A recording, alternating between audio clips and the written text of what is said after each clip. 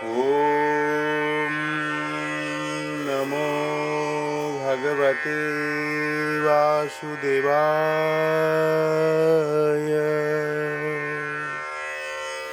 ॐ नमो भगवते वासुदेवाय।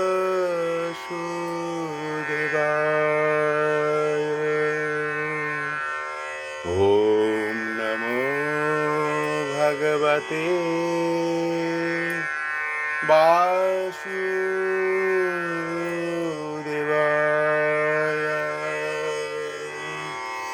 একাদশী মাহাত্ম্য। কামিকা একাদশী। শ্রাবণ শুক্লপক্ষিয়া কামিকা একাদশীর কথা ব্রহ্মবৈবর্ত পুরাণে যুধিষ্ঠির শ্রীকৃষ্ণ সংবাদে বলা হয়েছে। যুধিষ্ঠির মহারাজ শ্রীকৃষ্ণকে বললেন, হে গোবিন্দ, হে বাসুদেব, শ্রাবণ মাসের কৃষ্ণপক্ষের একাদশীর নাম এবং মাহাত্ম্য সবিস্তারে আমাকে বর্ণনা করুন। তা শুনতে আমি অত্যন্ত কৌতূহলী।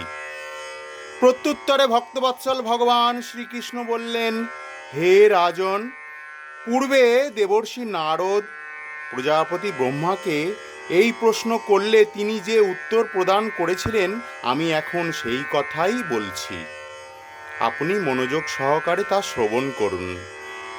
এক সময় ব্রহ্মার কাছে ভক্তশ্রেষ্ঠ নারদ জিজ্ঞাসা করলেন, হে ভগবান, শ্রাবণ মাসের কৃষ্ণপক্ষিয়ার একাদশীর নাম কি?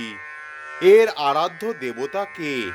সেই ব্রতের বিধি বা কিরকম, এবং তা এই ব্রতের ফলে কি পুণ্য লাভ হয় তা সবিশেষ জানতে ইচ্ছা করি। আপনি কৃপা করে আমাকে তা জানালে আমার জীবন ধন্য হবে। শ্রী নারদের কথা শুনে ব্রহ্মা অত্যন্ত সন্তুষ্ট হলেন।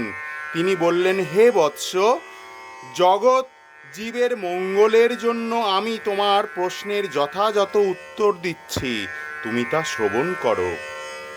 শ্রাবণ মাসের কৃষ্ণপক্ষিয়া একাদশী কামিকা নামে জগতে প্রসিদ্ধা। এই একাদশীর মাহাত্ম্য শ্রবণে বাজপেয় যজ্ঞের ফল লাভ হয়। ভগবান শ্রীহরি পূজা অর্চনা অপরিমিত পূর্ণ ফল প্রদান করে।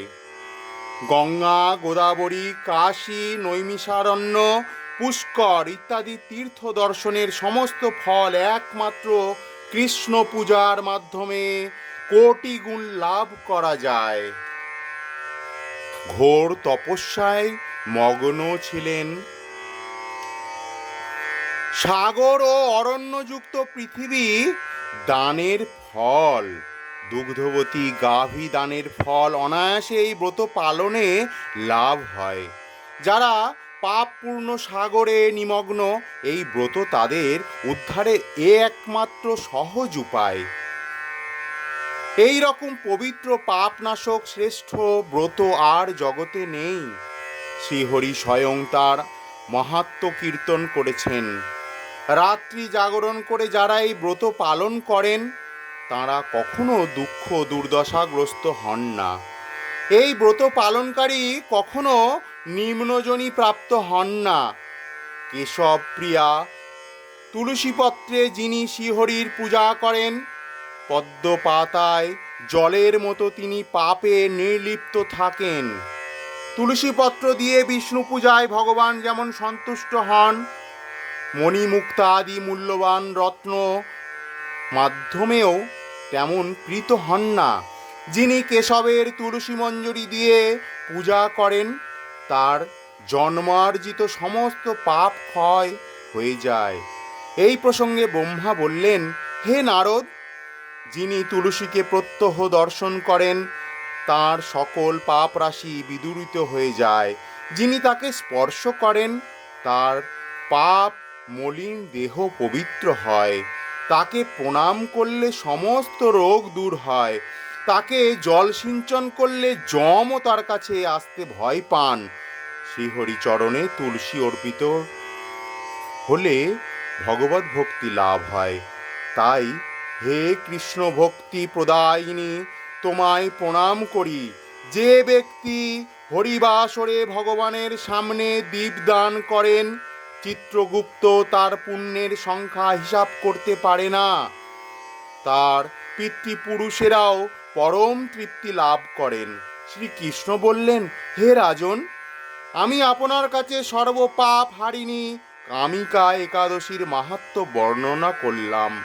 অতএব যিনি ব্রহ্মহত্যা, ভ্রূণ হত্যা, পাপ বিনাশিনী, মহাপুণ্য ফল দায়ী এই ব্রত পালন করবেন ও এই মাহাত্ম্য শ্রদ্ধা সহকারে পাঠ অথবা শ্রবণ করবেন, তিনি সর্বপাপ থেকে মুক্ত হয়ে বিষ্ণুলোকে গমন করবেন।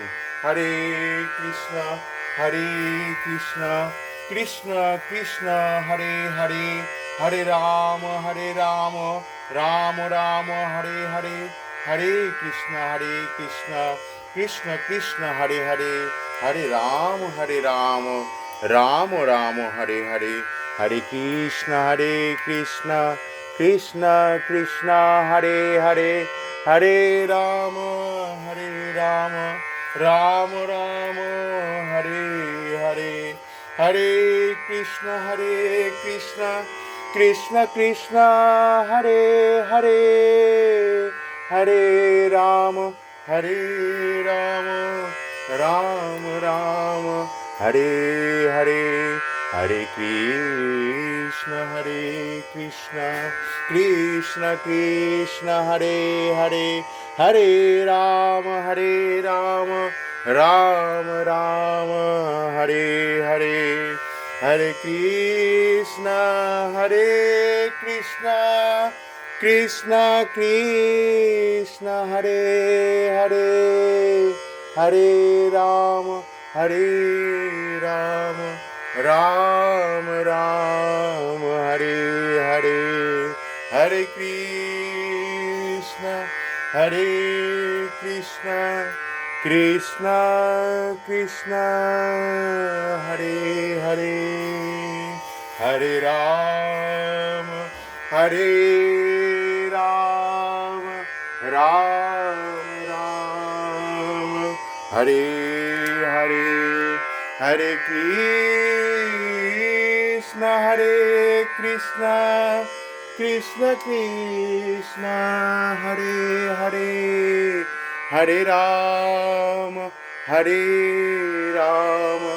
রাম রাম হরে হরে। জয় কামিকা একাদশীর জয়, জয় জয় কামিকা একাদশীর জয়, জয় জয় কামিকা একাদশীর জয়। হরে কৃষ্ণ।